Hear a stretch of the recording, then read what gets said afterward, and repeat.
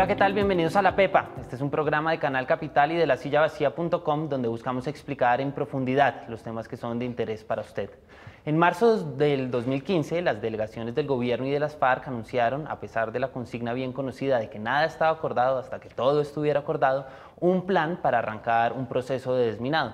Fue entonces una noticia muy importante, pues no solamente mostraba la buena voluntad de los actores del proceso, los muchos actores involucrados, pero también mostraba un acuerdo para trabajar conjuntamente entre las FARC y el gobierno, una respuesta también a miles y miles de víctimas que tiene este flagelo de las minas antipersona.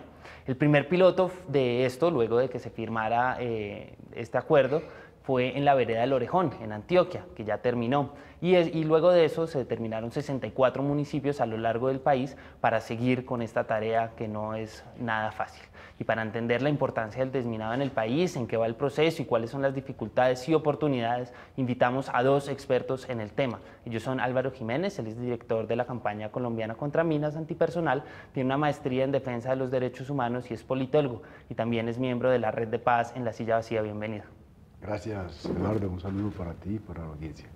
También tenemos invitado a Eduardo Mariño, él es ex asesor de la Dirección Nacional de Acción contra las Minas, fue asesor y promotor rural en la Dirección General del SENA y tiene una maestría en Economía. Bienvenido. Gracias, tocayo. Buenas tardes a todos. Y con estos dos expertos vamos a ver qué saben los que saben.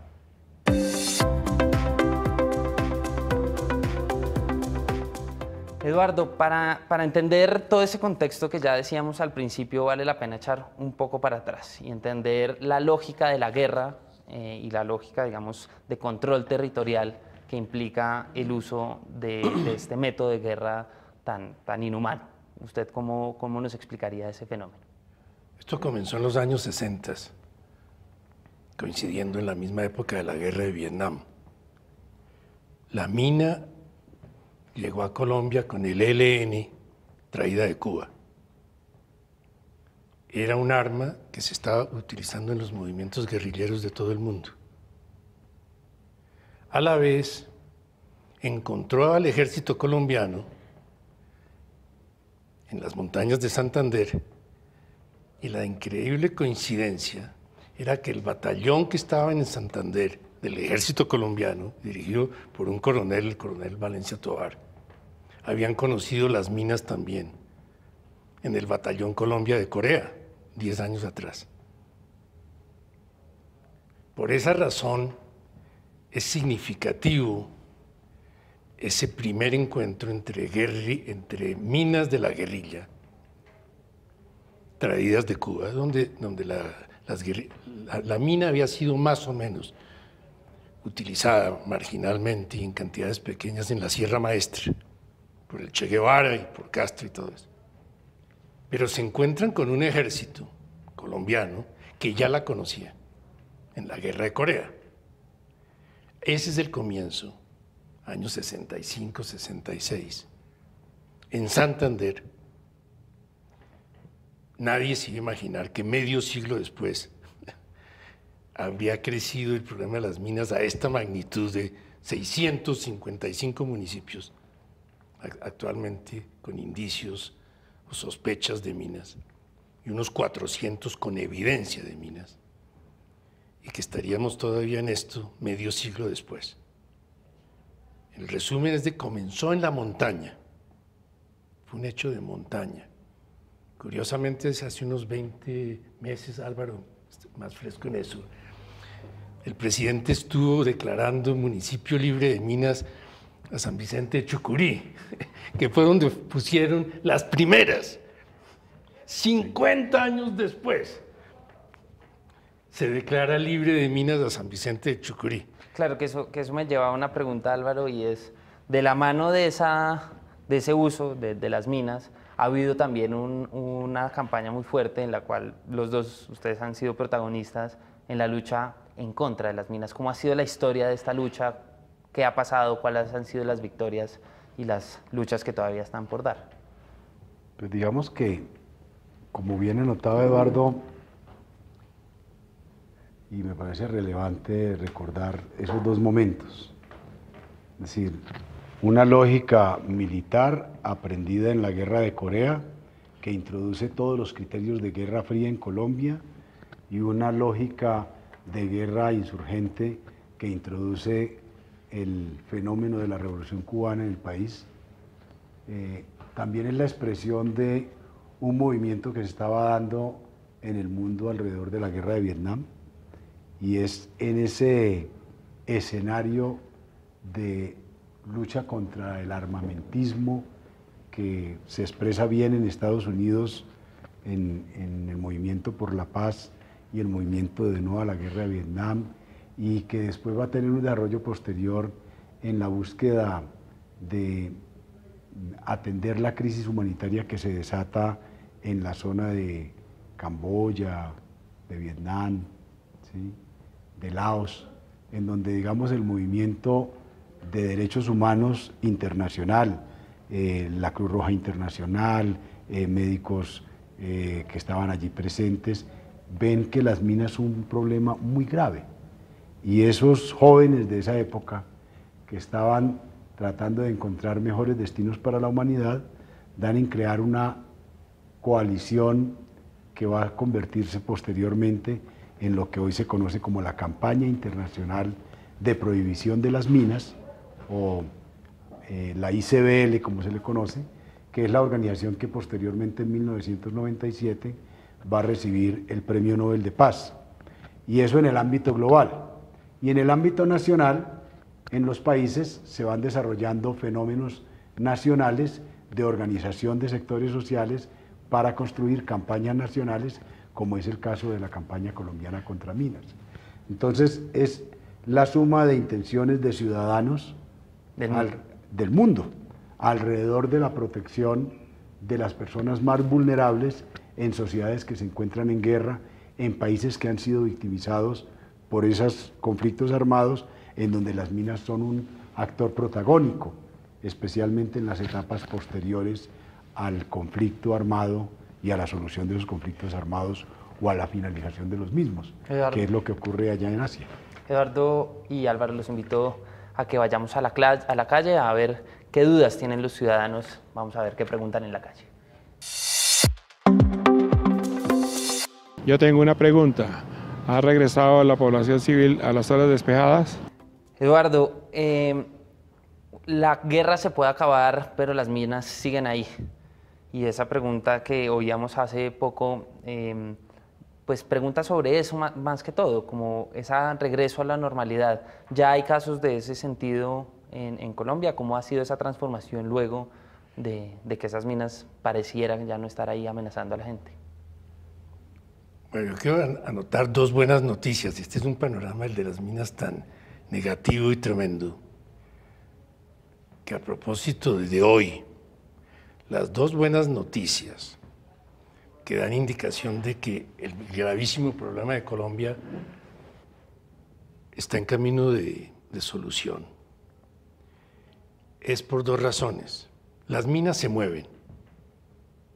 Yo creo que en el año 2008, con las inundaciones y los aguaceros, el país nunca había tenido aguaceros y cantidad de agua sobre las montañas como las del 2008. Lo que aprendemos del minado de montaña, como en Afganistán y en Colombia, es de que las minas se mueven hacia abajo. La caída en número de accidentes de los últimos 20 meses y más. Aquí las mayores fueron 2005, 2006, 2007. Para mí es muy significativo que del 2007, 2008 para atrás, la caída en víctimas, intuitivamente, ha habido muchísimas minas movidas por las lluvias que mueven los terrenos y se van hacia las... Eso número uno. Y segundo, en Colombia, minas industriales como las hubo en los años 60 y a comienzos hay muy pocas. Las minas de la guerrilla no son minas, las de los últimos 15 años. Son artefactos en botellas y en tarros, improvisados, que son horribles cuando explotan, pero que a la vez tienen la vulnerabilidad de que se mueren en el tiempo. hay una mortandad natural del explosivo. Y los estudios o las cosas que hay en otros países y los mismos, de lo mismo que el ejército y el CENAM, el Centro de Explosivos del Ejército, ha venido aprendiendo, es posible que muchas de esas se estén muriendo también por las lluvias y por la vulnerabilidad del explosivo. Entonces es como para decir, ya arrancó el desminado en serio. Quiero felicitar a la campaña colombiana de minas en la que estuve asociado en sus años de fundación, porque es la primera organización civil y colombiana, la primera asociación que está iniciando sus operaciones de desminado. Viene la gran noticia de hace 10 meses, que son 5.000 hombres de la brigada de desminado. Ese es el contingente. Sí, antes de entrar como a los aspectos técnicos, Álvaro, ¿cómo cambia un lugar que ya no tiene minas? Pues mira, lo primero que hace las minas es generar miedo en la población. Miedo. Yo creo que de los elementos que mayor miedo causan en las comunidades rurales en contextos de conflicto es la presencia de las minas. Pero adicionalmente no lo causa en una persona, lo causa en toda la comunidad. ¿Sí? Y mucho más si ha habido un accidente y la comunidad ha presenciado el accidente, porque los daños son terribles. Entonces, lo primero que genera la no presencia de minas en un espacio es confianza. Y en una sociedad como la nuestra, en donde la confianza está tan disuelta históricamente, pues yo creo que hay un cambio fuerte cuando tú observas que la comunidad con tranquilidad se mueve de nuevo por su territorio y retorna a sus espacios. Creo que es lo que han vivido comunidades como la de San Vicente, que fue declarada una zona segura para las comunidades, o las zonas de San Carlos, ¿sí? Es muy importante. Eso es un primer impacto, que yo creo que es valiosísimo y creo que es el más significativo. Hay otros efectos que se generan, que es la vuelta a la productividad de algunos espacios territoriales, es la recuperación de los espacios lúdicos para los niños, ¿sí? Pero en esencia, para mí, lo más importante es la recuperación de la confianza de un habitante sobre el ámbito en el cual se está moviendo, ¿sí? Poder ir a tranquilo, decir que... el territorio. Claro, poder recuperar como la posibilidad también de vivirlo, porque digamos tener 1 hectárea más o 1 hectárea menos, el problema es si tú la puedes disfrutar o no, ¿sí? Y creo que la liberación de las tierras lo que proporciona a la gente es la confianza y la seguridad para volverse a mover allí en ese territorio. Y efectivamente quería anotar un elemento que me parece importante adicionar a lo que ha dicho Eduardo sobre el tema de la reducción. Adelante. Evidentemente hay un actor armado que disminuyó y clausuró su acción militar. Es decir, el proceso de paz nos ha traído la bondad de que no hay un uso cotidiano de minas ni una confrontación diaria en los territorios como ocurrió en el periodo del 2005, 2006, 2007, 2008, en donde había grandes operaciones del ejército sobre distintos territorios en donde estaban las FARC. Como hoy no tenemos esa situación, el número de víctimas ha caído bastante, en unas cifras importantísimas. ¿Cómo es el proceso técnico de desminado, Eduardo? Ese ha sido un aprendizaje gradual de los últimos 20 años, porque desde hace 100 años se hace desminado militar, y el ejército en Colombia lo hacía también desde la época que le mencioné, que es abrir corredores para entrar y salir, y la guerrilla también hacía desminado guerrillero para moverse. El salto cualitativo, precisamente para proteger la gente y recuperar la agricultura, no es abrir corredores, sino limpiar 99,9% los territorios. Por eso es muy lento. La mayor responsabilidad es decirle, Álvaro se refería al regreso de la gente. En las operaciones de desminado hay que certificar un documento que hay que firmar con firmas y estampillas diciéndoles es seguro para ustedes regresar. Eso es una responsabilidad gigantesca.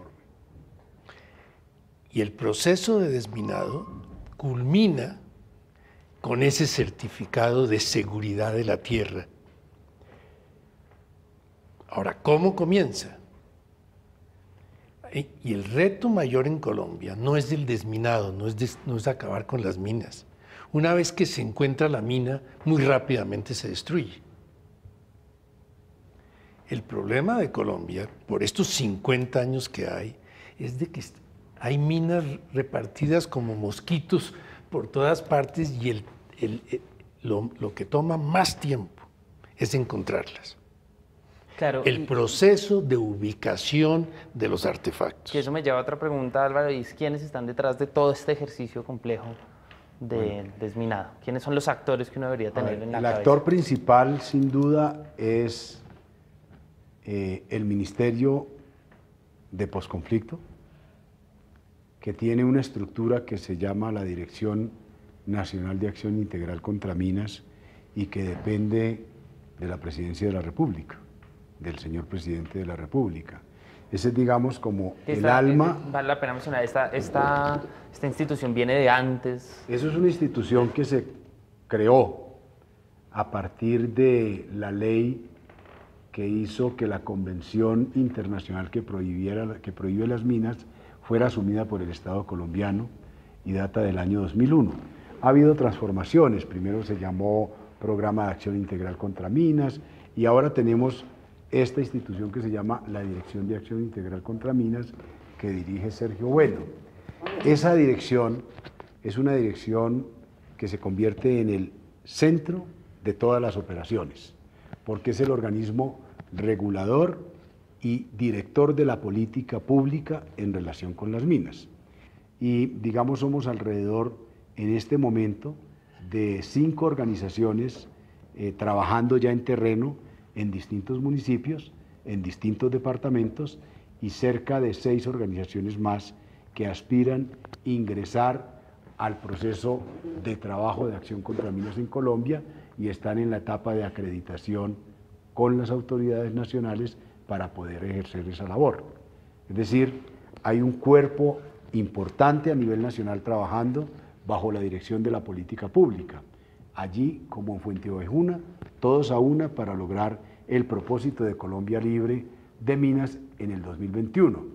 Pero a ello debemos adicionar 3 elementos relevantes. Uno, la OEA, que tiene un instrumento que monitorea y hace verificación de que lo que debe hacerse se haga de la manera correcta. Y eso implica desde la etapa de inicio de los procesos de formación del personal que va a trabajar en esta operación hasta el proceso de la entrega de las tierras, que se hace con un monitoreo internacional que para este caso lo hace la Organización de Estados Americanos a través de una dependencia que tiene para ello. Y adicional a esto, y muy relevante, los países que cooperan con Colombia en materia de la acción contra minas, que son un grupo de países muy importantes que en virtud de la preocupación global que hay para que las minas en el mundo dejen de producir muertes, han decidido cooperar con Colombia y en ellos están Estados Unidos, Canadá, Noruega, Suecia, Dinamarca, Holanda, Suiza, son una multiplicidad de países, cerca de 22 países en este momento que están cooperando con Colombia técnica y económicamente, porque debo aclarar que el desminado es una tarea bastante costosa, ¿sí? Implica un esfuerzo económico y en tiempo bastante considerable. Eduardo y Álvaro, los invito entonces a que vayamos a la pepa de este asunto.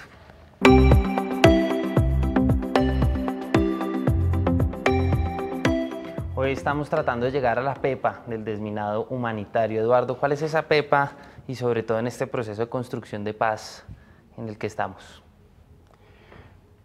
Yo creo que la palabra clave se llama explosivo. Por eso iba a mencionar un grupo del cual se habla poco y que trabaja todos los días y ha tenido un número de víctimas que ni siquiera están contabilizadas públicamente, que son los explosivistas de la fuerza pública, en todas las armas. Y muchas veces no se habla de ellos al hablar de minas. La mina es un arma y es un explosivo. Y es el papel de los explosivistas del ejército, todos los días, en quitar explosivos, muchos minas, otros que no son minas, por todas partes, y muchos en operaciones que nadie sabe.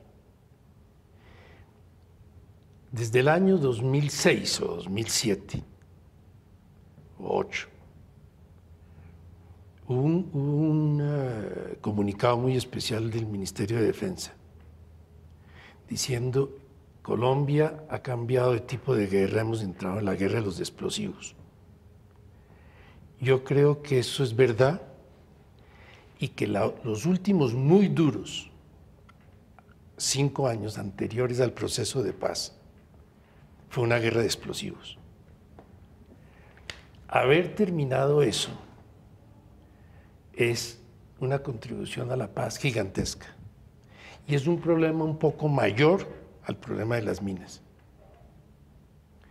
Entonces, quiero subrayar eso porque como se habla poco de eso, ¿usted cree que entonces no, me parece que es muy positivo lo que estoy de acuerdo con lo que dice Álvaro, de que además es de que los explosivos, la palabra explosivo cubre más minas y otras cosas. O sea, la PEPA es dejar de estar en una guerra de explosivos.